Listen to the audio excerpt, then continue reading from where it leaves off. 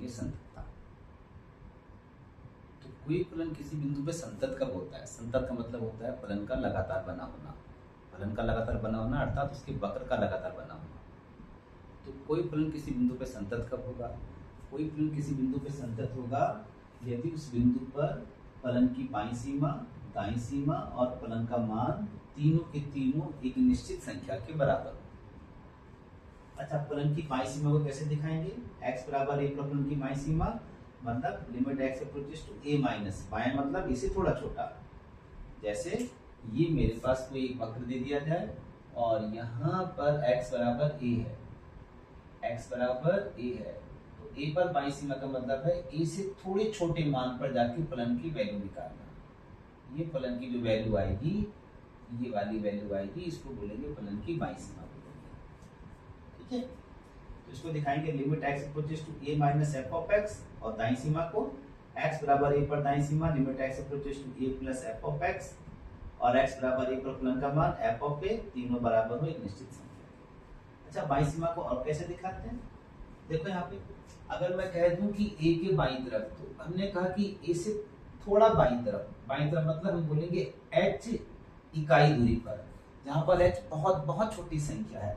तो अगर ये अंतराल h है तो ये मूल बिंदु से दूरी कितनी हो जाएगी? a minus h। ठीक है ना, तो x equal to a minus h पर फलन की वैल्यू निकालना, तो हो जाएगा limit h approaches to 0 f a minus h, बाईं सीमा है, और दाईं सीमा हो जाएगी limit h approaches to 0 f a plus h f of a, फलन का मान तीनों बराबर होने चाहिए।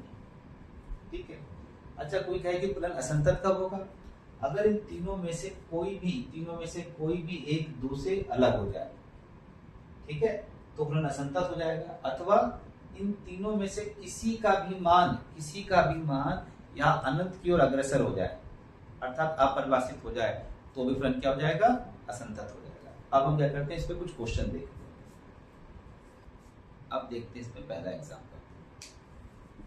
ये क्या रखा है कि fx equal to kx square, जब x की वैल्यू 2 से छोटी या बराबर है, और ये कहता है 3 है जब x की वैल्यू 2 से बड़ी है, और ये कह रहा है कि x बराबर 2 पे संतत है, तो k का मान ज्ञात करना है। ठीक है, तो उसको लिखने का तरीका देखना अच्छी तरह। तो ये कह रहा है कि x बराबर 2 पे संतत है। अगर कोई फलन x बराबर 2 पे संतत है, इसका मतलब x बराबर 2 पर बाईं सीमा, दाईं सीमा फलन का मान बराबर हो जाएगा। ठीक है ना, तो देखो दाईं सीमा x बराबर 2 पर दाईं सीमा, 2 पर दाईं सीमा मतलब 2 से दाएं तरफ, मतलब 2 से बड़ा मान। तो जब x का मान 2 से बड़ा होगा, फलन का वो वाला भाग दाईं सीमा निकालेगा। तो यहाँ पर x का मान 2 से बड़ा कहाँ पर है? ये जहां पर दो खुले मुंह है, इस तरह से खुला मुंह है, वो बड़ा है, तो x बड़ा है 2 से, तो ये वाला जो हिस्सा है ये फलन की दाईं सीमा निकालेगा। और ये कह रहा है x 2 से छोटा है, तो ये वाला जो हिस्सा है फलन की बाईं सीमा निकालेगा। कहाँ पर? 2 पर, और यहाँ बराबर भी 2 लगा रखा है, तो x बराबर 2 पे फलन का मान 20 से निकलेगा। ठीक है, तो कैसे लिखोगे? ऐसे लिखना, क्योंकि x बराबर 2 पर फलन संतत है, 2 पर फलन संतत है, अतः है x बराबर 2 पर LHN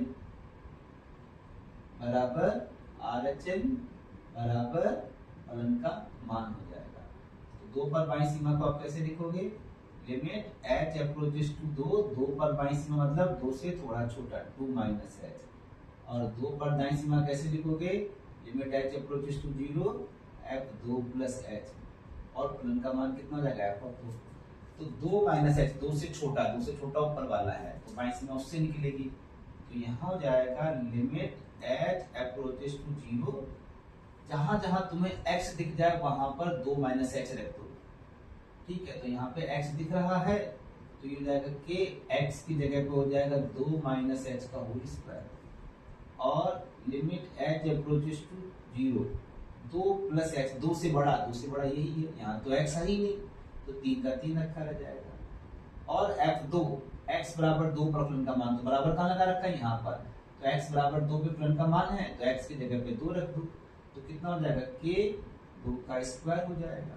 ठीक है, अच्छा अपॉन में h नहीं है, तो सीधे h की जगह रख दो 0, तो k 2 माइनस 0 होल स्क्वायर आ जाएगा। ये हो जाएगा 3 हो जाएगा और ये हो जाएगा 2 का स्क्वायर 4 हो जाएगा, ये भी 2 का स्क्वायर 4 हो जाएगा, तो 4 के बराबर 3 बराबर 4 के। अब इनमें से 2 को ले लो, या पहले 2 को ले लो या अंतिम 2 को ले लो, तो लिख देंगे प्रथम या अंतिम 2 से, अंतिम 2 से, अंतिम 2 से कितना हो जाएगा, 3 बराबर 4 के हो जाएगा।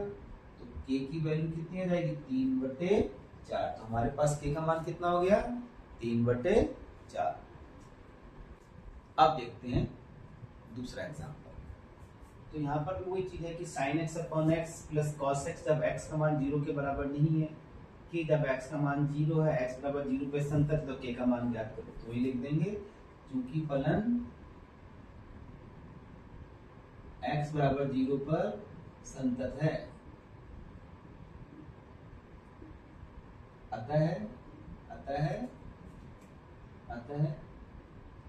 बाईं सीमा LHL कहाँ पर, x बराबर 0 पर, दाईं सीमा कहाँ पर, x बराबर 0 पर, और फलन का मान कैसा होगा, बराबर हो जाएगा। फलन का मान कहाँ पे, 0 पे। तो बाईं सीमा कहाँ पे, 0 पर, 0 पर बाईं सीमा मतलब 0 से थोड़ा छोटा, f0 माइनस h, और कितना छोटा, इतना छोटा है कि h 0 की ओर जा रहा है। दाईं सीमा कहाँ पर, दाईं सीमा 0 पर, दाईं सीमा, तो 0 प्लस h। अच्छा h कितना है सर, h तो बहुत छोटा है, लगभग 0, और f ऑफ 0 ये रहा। तो 0 माइनस h, 0 से छोटा मतलब 0 के बराबर नहीं, क्योंकि यहाँ 0 से छोटा बराबर नहीं दे रखा है, यहाँ तो सिंपल दे रखा है 0 के बराबर, और 0 के बराबर नहीं है। तो 0 माइनस h मतलब 0 से कम, अर्थात 0 के बराबर नहीं है। तो 0 के बराबर नहीं है तो कौन सा फलन काम में आएगा, ये वाला। तो यहाँ जहां जहां तुम्हें x दिख जाए वहां 0 माइनस h रख दो, तो ये हो जाएगा साइन x की जगह पर 0 माइनस h अपॉन में 0 माइनस h, और यहाँ पे cos x की जगह पर 0 माइनस h। अच्छा यहाँ पर अब दाईं सीमा, तो 0 प्लस h मतलब 0 से बड़ा, मतलब ये भी 0 के बराबर नहीं है, तो ये वक्र काम में आएगा, यही फलन काम में आएगा। तो लिमिट h अप्रोचेस टू 0 आ जाएगा, साइन x की जगह पर 0 प्लस h लगा दो, और यहाँ पर h लिख दो, 0 प्लस h लिख दो भले ऐसे करके, और cos 0 प्लस h लगा दो, और f ऑफ 0 कितना है, x बराबर 0 पर कितना हो जाएगा, k आ जाएगा। अच्छा अब आपको सिंपल k का मान निकालना है, तो जब भी तुम्हें सिंपल k का मान निकालना हो, तो एक तो वो पद ले लो जिसमें k आ रहा है, तो k तो यहाँ रहा, और एक वो ले लो जिसमें k नहीं आ रहा है, जो आपको आसान लगता है। इन दोनों में k नहीं आ रहा है, तो इन दोनों में से किसी एक को ले लेंगे और इसको ले लेंगे आसान सा करने के लिए। इंप्लाइज दैट ये ले लिया बाद वाला, लिमिट h अप्रोचेस टू 0 आ जाएगा, साइन 0 प्लस h, तो ये साइन h हो जाएगा, अपॉन h हो जाएगा, और यहाँ पर cos h हो जाएगा, बराबर k हो जाएगा। तुम्हें मालूम है लिमिट लेने पे sin h अपॉन h कितना हो जाएगा, 1 हो जाएगा, sin h अपॉन h कितना हो जाएगा, 1 हो जाएगा, तो ये 1 हो जाएगा। और जब h की वैल्यू रखोगे 0, तो ये हो जाएगा cos 0, और यहाँ पर k हो जाएगा। लिख देता हूँ यहाँ पर कि limit h approaches to 0 sin h upon h कितना होता है, 1 होता है, तो सर cos 0 भी 1 हो जाएगा, तो ये 1 प्लस 1 इक्वल टू k, इसका मतलब k की वैल्यू कितनी हो जाएगी, 2 आ जाएगी।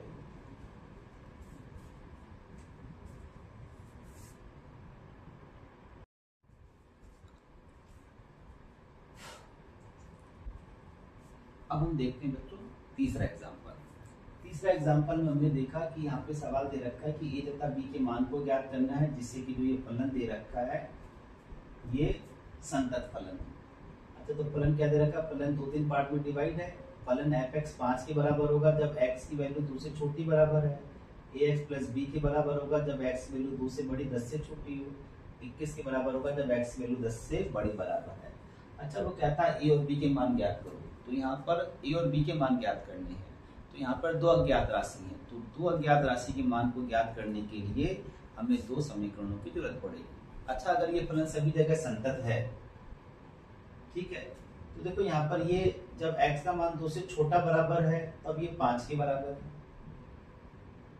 तो 5 एक अचर फलन है, और अचर फलन सभी जगह संतत होता है। तो कुछ चीजों को आपको ध्यान रख लेना हमेशा कि अचर कोई भी जो बीजगणितीय बहुपदी फलन है वो हमेशा अपने प्रांत में सदैव संतत होता है। अपने प्रांत मतलब सभी वास्तविक संख्याओं पे सदैव कैसा रहेगा, संतत रहेगा।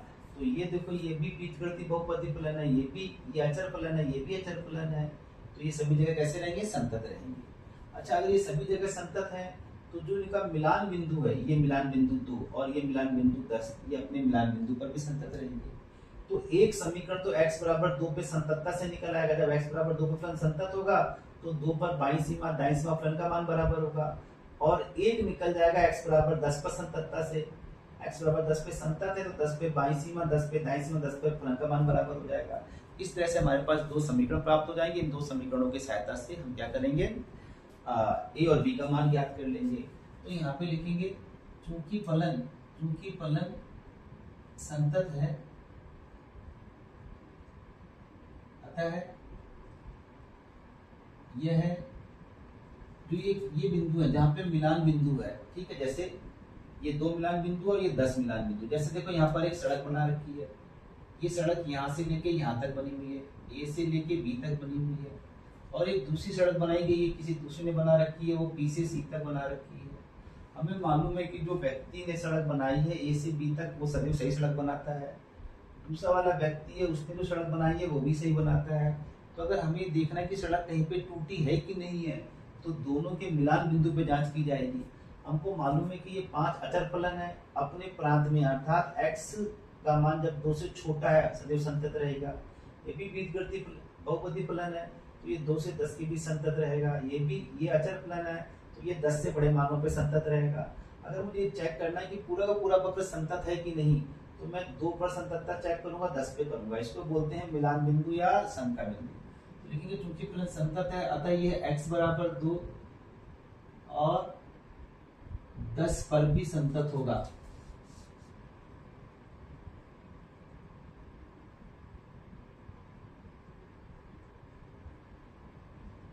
ठीक है, तो x बराबर 2 पे संतत है, इसीलिए x बराबर 2 पे फलन की बाईं सीमा, तो लिख देते हैं बाईं सीमा LHL कहाँ पे? x बराबर 2 पर, और फलन की दाईं सीमा RHL कहाँ पे? x बराबर 2 पर, और फलन का मान 2। ये तीनों बराबर रहेंगे अगर x बराबर 2 पे फलन का मान, x बराबर 2 पे फलन संतत है। तो 2 पर बाईं सीमा मतलब 2 से छोटा ये दे रखा है। तो पहले तो मैं इसको लिख लेता हूँ मैथमेटिकली। तो इसको कैसे लिखोगे? लिमिट h अप्रोचेस टू 0, 2 से छोटा मतलब 2 माइनस h, 2 पर दाईं सीमा मतलब 2 से बड़ा मतलब 2 प्लस h, और h कहाँ जाएगा? हमेशा की तरह 0 की ओर जाएगा, और f ऑफ तो ऐसे कैसा रहेगा, ठीक है। तो 2 से थोड़ा छोटा तो सर यही था, तो यहाँ तो x है ही नहीं। अगर x होता तो x की जगह 2 माइनस x रखते, तो यहाँ पे तो 5 का 5 ही आ जाएगा। लिमिट h अप्रोचेस टू 0 और यहाँ पे 5 आ जाएगा। अच्छा 2 प्लस एक्स 2 से बड़ा ये वाला आ रहा है, तो जहां जहां तुम्हें x दिख जाए वहां वहां पे आप 2 प्लस एच रख दो, तो a x की जगह पे 2 प्लस एच हो जाएगा और प्लस b हो जाएगा। और f ऑफ 2 किससे निकलेगा? सर बराबर यहाँ पे लगा रखा है तो ये 5 के बराबर हो जाएगा। अब हमको समीकरण बनाना है। तो देखो ये दोनों तो जब लिमिट h अप्रोचेस टू 0 है और ये 5 आ रहा है, तो यहाँ तो h है ही नहीं, तो ये 5 का 5 ही रहेगा, और ये हो जाएगा लिमिट h अप्रोचेस टू 0, ये हो जाएगा, इसको गुणा कर लो, ठीक है ना। ये हो जाएगा 2a plus 2h plus b equal to 5। अब h का मान रख दो 0, तो 5 बराबर कितना हो जाएगा? 2a प्लस b बराबर 5। अब देखो तो दोनों बराबर 5 5 है, तो इन दोनों को ऐसे लिख सकते हैं, implies that 2a plus b बराबर 5। ये बन गया समीकरण 1 हो गया। अब फलन x बराबर 10 पर भी संतत है, तो 10 पर बाईं सीमा, 10 पे दाईं सीमा, 10 पे फलन का मान बराबर होगा, ठीक है। पुनः चूंकि फलन x बराबर 10 पे संतत है,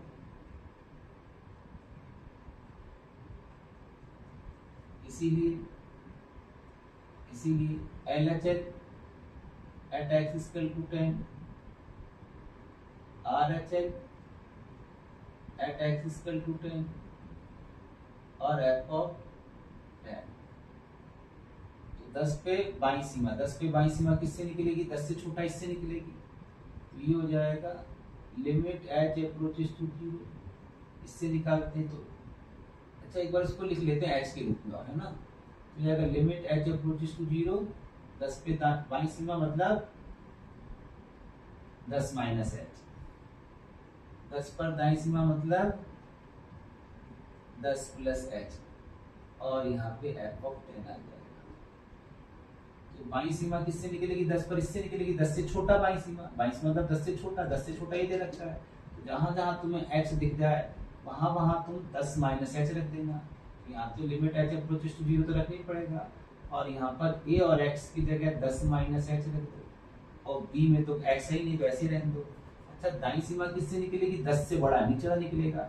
यहाँ तो सर कुछ भी एक्स वैक्स नहीं है, तो कोई दिक्कत नहीं है, जो दे रखा है उसको लिख दो, और 10 के फलन का मान भी इससे निकलेगा, 21 हो जाएगा। अच्छा, सीधे सीधे एच अप्रोचेस टू 0 कर दो, क्योंकि जब तक अपॉन में एच नहीं हो ना तब तक सिंपल 0 कर दिया करो। जब एच को 0 करोगे तो ये हो जाएगा 10a प्लस बी बराबर 21, एक को ही लिख दिया, दूसरे को छोड़ दिया, दोनों 21 के बराबर। ये समीकरण 2 बन गया, और ये समीकरण 1 बन गया। अब इन दोनों को सॉल्व करते हुए ए और बी का मान निकालेंगे। ठीक है, तो यहाँ लिख देते हैं, इसके नीचे लिख देता हूँ 2a प्लस बी बराबर 5 लिख दिया। समीकरण 1 को 2 से घटा दूंगा तो माइनस माइनस माइनस कैंसिल हो जाएगा, 10a माइनस 2a कितना हो जाएगा? 8a हो जाएगा, 16 हो जाएगा। a बराबर कितना हो जाएगा? 2। a बराबर 2 रख दो, a बराबर 2 रखोगे तो 2 इंटू 2 4 हो जाएगा, 2 इंटू 2 4 हो जाएगा। b बराबर 5, तो b की वैल्यू कितनी आ जाएगी? a, तो a बराबर 2 आ जाएगा, b की वैल्यू 1 आ जाएगी। आ रही बात समझ में? तो ध्यान रखना, जब भी इस तरह से क्वेश्चन दिया जाए, जितने अज्ञात राशि होंगे उतने समीकरण बनेंगे। ठीक है, देखो जो बीजगणितीय बहुपदी फलन है, जो त्रिकोणमितीय फलन है, जिसमें sin x और cos x है, ये हमेशा सभी वास्तविक संख्याओं पे सदैव कैसे रहते हैं? संतत रहते हैं। ठीक है ना?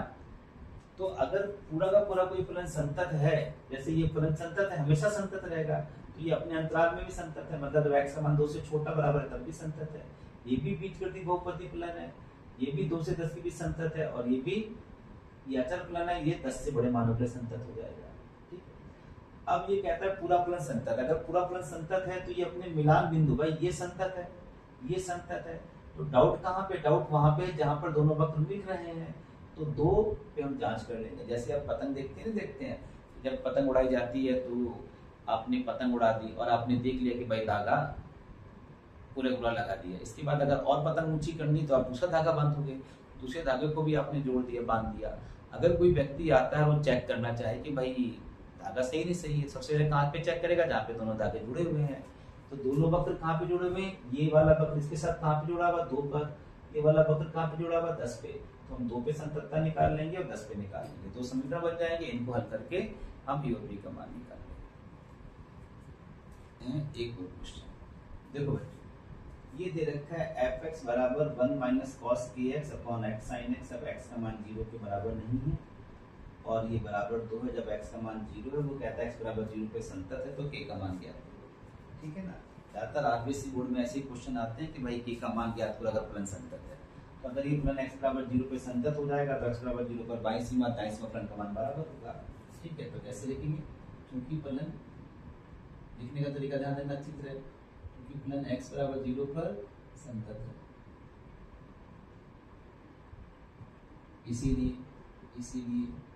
LHL कहाँ निकालना भाई? x बराबर 0 पर। RHL कहाँ निकालना? x बराबर 0 पर, और फलन का मान कहाँ पे? 0 पर। तीनों कैसे होने चाहिए? बराबर होने चाहिए। ठीक है ना? इसके बराबर होने चाहिए निश्चित संख्या के। तो बाईं सीमा को कैसे लिखोगे? 0 पर बाईं सीमा, 0 पर बाईं सीमा मतलब 0 से थोड़ा छोटा। कितना छोटा? h छोटा। अच्छा, h कितना है सर? h लगभग 0 के बराबर है, और 0 पे दाईं सीमा मतलब कितना हो जाएगा? f 0 प्लस h हो जाएगा। ठीक है, और लिमिट कितना हो जाएगा? h अप्रोचेस टू 0 आ जाएगा, और यहाँ पे कितना हो जाएगा? f ऑफ 0 हो जाएगा।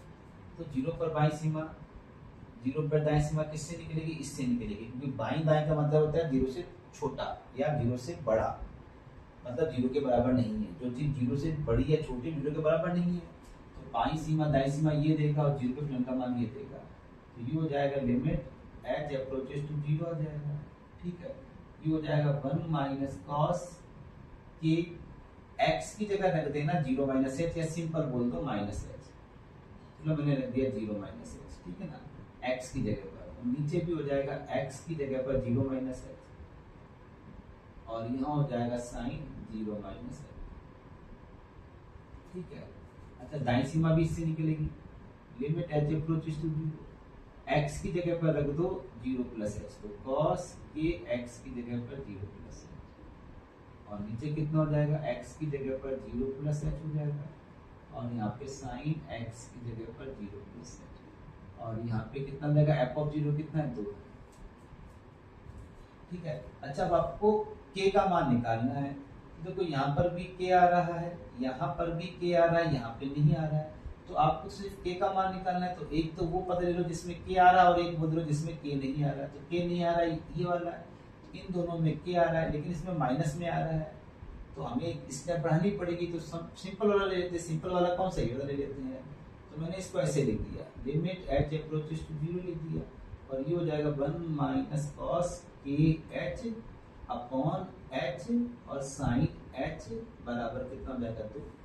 अब ये चीज तो तुम्हें पहले से ही मालूम है। क्या मालूम है कि sir limit h approaches to 0 sine h upon h कितना होता है, सर ये तो 1 होता है।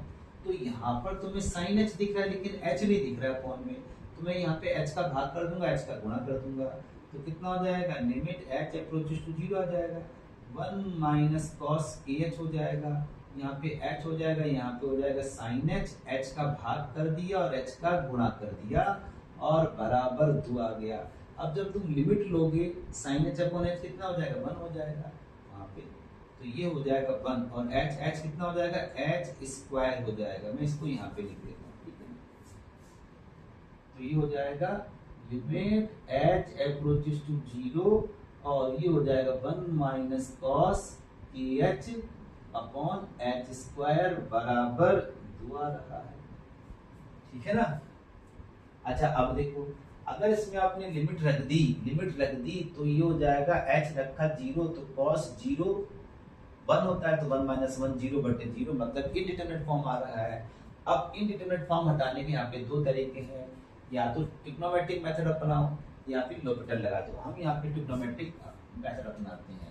हमको ये मालूम है अच्छी तरह, क्या मालूम है कि sir 1 minus cos theta, 1 minus cos theta कितना होता है, सर ये होता है 2 साइन स्क्वायर थीटा अपॉन 2, ठीक है ना। तो ये 1 माइनस कॉस थीटा, ये कितना हो जाएगा, 1 माइनस कॉस थीटा हो जाएगा 2 साइन स्क्वायर kh अपॉन 2, और नीचे h स्क्वायर 2 आ जाएगा, ठीक है। देखो इस 2 से इस 2 को कैंसिल कर सकते हैं। अच्छा देखो यहाँ पे इसको मैं ऐसे लिख देता हूँ, लिमिट h अप्रोचेस टू 0, ये साइन स्क्वायर kh है, मतलब साइन स्क्वायर kh अपॉन 2 है, इसका मतलब साइन kh अपॉन 2 दो बार लिखा जाएगा, स्क्वायर है, तो इसको लिख दिया साइन kh अपॉन 2, एक बार और लगा दिया, लिमिट भी लिख दिया ऐसे, लिमिट h अप्रोचेस टू 0, और यहाँ पे लिख दिया साइन kh अपॉन 2, ऐसे करके लिख दिया, ऐसे करके लिख दिया। यहाँ पे h स्क्वायर था, एक h को यहाँ लगा दिया, एक h को यहाँ लगा दिया, और यहाँ पे 1 लिख दिया। अभी हमने क्या देखा था कि limit h approaches to 0 sin h upon h 1 होता है। अगर यहाँ पे h अपॉन 2 तो यहाँ पर भी h अपॉन 2 होगा, तब 1 हो जाएगा। अगर यहाँ पे kh है तो नीचे भी kh है, तो 1 हो जाएगा। अगर यहाँ पे kh अपॉन 2 है, यहाँ पर भी kh अपॉन 2 है, तो 1 हो जाएगा। तो यहाँ तो साइन kh अपॉन 2 है, लेकिन नीचे h है, नीचे कितना है, h है, तो मैं क्या करूंगा, नीचे भी मैं लेके आता हूँ, नीचे भी लेके आऊंगा kh अपॉन 2, तो मैंने लिमिट h अप्रोचेस टू 0 कर दिया, और यहाँ पे लिख दिया साइन kh अपॉन 2, और नीचे h था, तो मैंने kh अपॉन 2 लाने के लिए k बटे 2 से यहाँ मल्टीप्लाई कर दिया, k बटे 2 से यहाँ गुणा कर दिया।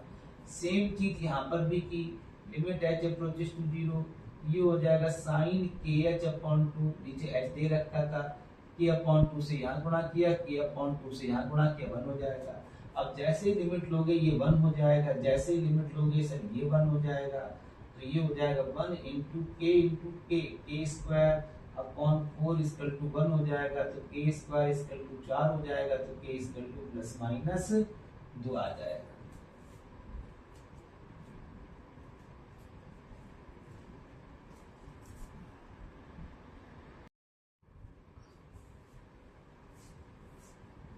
हाँ बच्चे देखो, कभी कभी क्या होता है इन सवालों के अंदर बच्चा यहाँ तक तो कर लेता है, भाई ये तो साइन h अपॉन h करके बंद कर लिया, ठीक है, और यहाँ पे जाके फंस जाता है। तो यहाँ पर भी हमारे पास एक मेथड है जो इस क्वेश्चन को आसान कर सकता है, ठीक है ना। तो वो क्या है कि भाई आपने इतना तो आपको करना ही पड़ेगा, इतना तो आपको करना ही पड़ेगा। तो आपने इतना तो कर लिया यहाँ तक,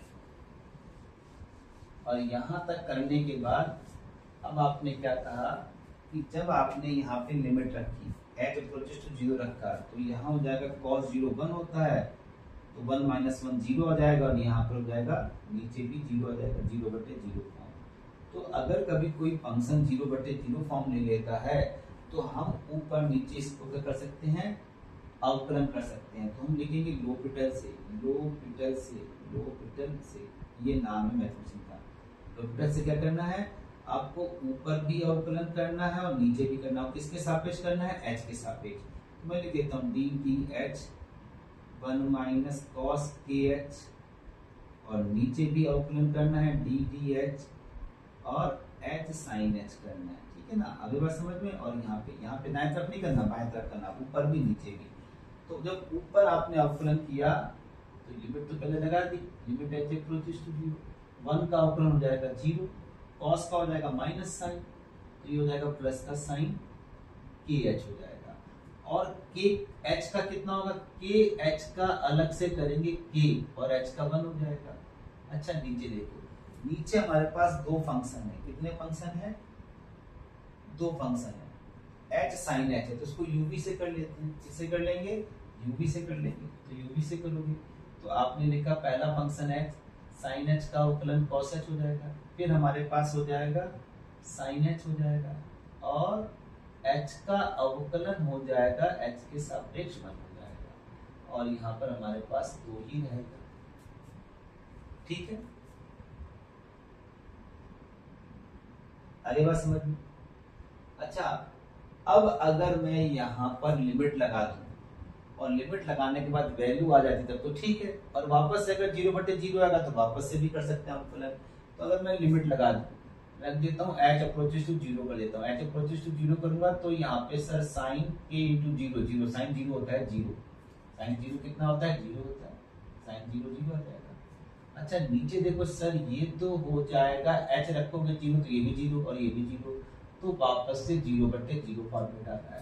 तो आप वापस से लॉपिटल लगा सकते हो, तो लिखेंगे पुनः लॉपिटल से, पुनः लॉपिटल से। जब आपने पुनः लॉपिटल से किया तो लिमिट h अप्रोचेस टू 0 आ जाएगा। देखो k अचर भाग है, बाहर निकल जाएगा, साइन kh का हो जाएगा cos kh, और kh का वापस से कितना हो जाएगा, k बाहर निकल जाएगा, और h का हो जाएगा 1, ऐसे करके हो जाएगा, और नीचे वापस से u भी लग जाएगा, तो हो जाएगा h cos का अवकलन हो जाएगा minus sine h plus cos h, h का अवकलन हो जाएगा 1 और sin h का अवकलन cos h हो जाएगा, और यहाँ पे अब लिमिट रख देते हैं, यहाँ पे लिमिट रख देते हैं। देखो यहाँ पे तो ये हो जाएगा k, ये हो जाएगा cos 0, और यहाँ पर भी k बच गया, यहाँ पर हो जाएगा h की वैल्यू 0 और sin 0 आ जाएगा, यहाँ पे cos 0 आ जाएगा, और यहाँ पर भी cos 0 आ जाएगा, और यहाँ पे 2 आ जाएगा। cos 0 1 होता है तो k × k² cos 0 1 हो जाएगा, sin 0 और आगे 0 दे रखा है 0 आ जाएगा, cos 0 1 + 1 हो जाएगा, और यहाँ पे 2 आ जाएगा, तो हो जाएगा k² / 2 = 2, तो हो जाएगा k² = 4, तो k की वैल्यू कितनी होगी प्लस माइनस, इस तरीके से भी कर सकते हैं, ठीक है।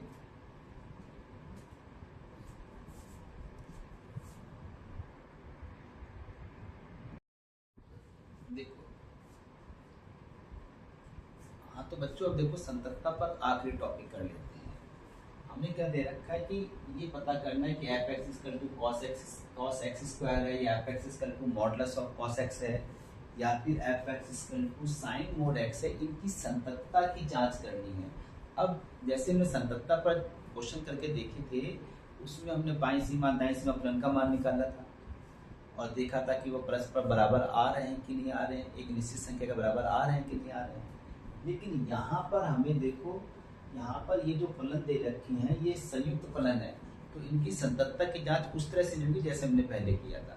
तो कैसे करोगे, यहाँ पर देखो ये जो फलन है, मैं पहला वाला फलन लेता हूँ, ठीक है, f(x) = cos x²। तो ये फलन जो है वो दो फलनों से मिलकर बना हुआ है। तो कैसे मिलकर बना हुआ है, तो लेकिन ये माना, देखो माना यहाँ पर हम ले लेते हैं g x equal to x square ले लेते हैं तथा h x equal to cos x ले लेते हैं। यहाँ पे दो फलन है, एक तो एक्स स्क्वायर है और दूसरा कॉस है। तो एक्स स्क्वायर को मैंने एक फलन मान लिया और जब एक्स स्क्वायर हट जाएगा तो यहाँ पे एक्स मानेंगे तो कॉस एक्स एक दूसरा फलन हो जाएगा, ठीक है ना। अच्छा देखो यहाँ पे अब आपको मालूम है कि ये एक बीजगणितीय बहुपदी फलन है या बीजगणितीय मानो एक पदी फलन है और ये वाला त्रिकोणमितीय फलन है। तो ये दोनों जो फलन है सभी जगह संतत होते हैं। जब दो फलन सभी जगह संतत होते हैं तो उनका संयुक्त फलन भी संतत होता है। तो कैसे लिखोगे? चूंकि g x equal to x square तथा h x equal to cos of x संतत फलन है, संतत फलन है। अतः इनके संयुक्त फलन, अच्छा इनका संयुक्त फलन क्या हो जाएगा? इनका संयुक्त फलन हो जाएगा एच ओ जी एक्स, होग एक्स मतलब एच जी एक्स। जी एक्स कितना है भाई? जी एक्स है एक्स स्क्वायर, तो ये हो जाएगा एच एक्स स्क्वायर। अच्छा हमने क्या कहा था? H X equal to cos X है, अगर यहाँ पे y होगा H Y equal to cos Y, अगर यहाँ पे एक्स स्क्वायर होगा तो कॉस एक्स स्क्वायर, तो ये हो जाएगा कॉस एक्स स्क्वायर, ठीक है। अतः इनका संयुक्त फलन कॉस एक्स स्क्वायर भी संतत होगा। तो इस तरह से हमको करना है। अच्छा सेम चीज यहाँ पर होगी। अब यहाँ पर कौन कौन से दो फलन है मैं सिंपल लिख देता हूँ। यहाँ पे दो फलन कौन से हैं? सबसे पहले देखो, सबसे पहले आ रहा है cos x, तो पहले आप क्या करो? cos x ले लो। तो यहाँ पे ले लो जी एक्स इक्वल टू, मैंने ले लिया cos ऑफ x ले लिया। अच्छा इस cos x को हटा के x ले लो, तो एच एक्स इक्वल टू कितना हो जाएगा? एच एक्स इक्वल टू हो जाएगा मॉडुलस ऑफ x हो जाएगा। क्या हो जाएगा? Modulus of x। आपने यहाँ पर देखो पहला क्या था? एक्स स्क्वायर, तो ये एक्स स्क्वायर लिख दिया, फिर एक्स स्क्वायर को हटा के x लिख दिया तो cos x आ गया। यहाँ पर भी पहले cos x था, फिर cos x को हटा के x लिख दिया तो mod x आ जाएगा। अगर इसका संयुक्त फलन क्या हो जाएगा? इसका संयुक्त फलन हो जाएगा h gx हो जाएगा, h gx हो जाएगा या होग x हो जाएगा। gx कितना था? cos x था, ठीक है, और hx कितना था? mod x। अगर यहाँ पे जो था hx था तो यहाँ पे mod x आ गया। अगर यहाँ पे hy होगा तो mod y, अगर यहाँ पे cos x होगा तो mod cos x हो जाएगा। तो क्या लिखोगे? माना कि gx equal to cos of x और hx equal to mod of x, ये दोनों फलन चूंकि दिए गए दोनों फलन सभी जगह संतत फलन है, अतः इनका संयुक्त फलन h gx बराबर h cos x बराबर mod cos x भी सभी जगह संतत होगा। और आखिरी वाला देख लो, आखिरी वाला देखो, सबसे पहले क्या आएगा? इसके अंदर मोड आ जाएगा, तो यहाँ पे मान लेना आखिरी वाले में कि gx इक्वल टू आ जाएगा mod ऑफ x, फिर इस mod x को हटा के x लिख दो, तो hx इक्वल टू कितना हो जाएगा? ये हो जाएगा sin ऑफ x। इसीलिए इनका संयुक्त फलन क्या हो जाएगा? इनका संयुक्त फलन आएगा h g ऑफ x। कितना हो जाएगा? h gx या होग x कितना होगा? ये हो जाएगा h gx कितना हो जाएगा? mod x। अच्छा यहाँ पे x था तो sin x, अगर h y होगा तो sin y, अगर h mod x हो जाएगा तो sin mod x, ठीक है। तो क्या लिखोगे? माना gx equal to modulus of x तथा hx equal to sin of x है। चूंकि दिए गए दोनों फलन सभी जगह संतत होते हैं, अतः इनका संयुक्त फलन h gx या फिर होग of x equal to hx equal to sin mod x भी सभी जगह संतत होता है, ठीक है बच्चों।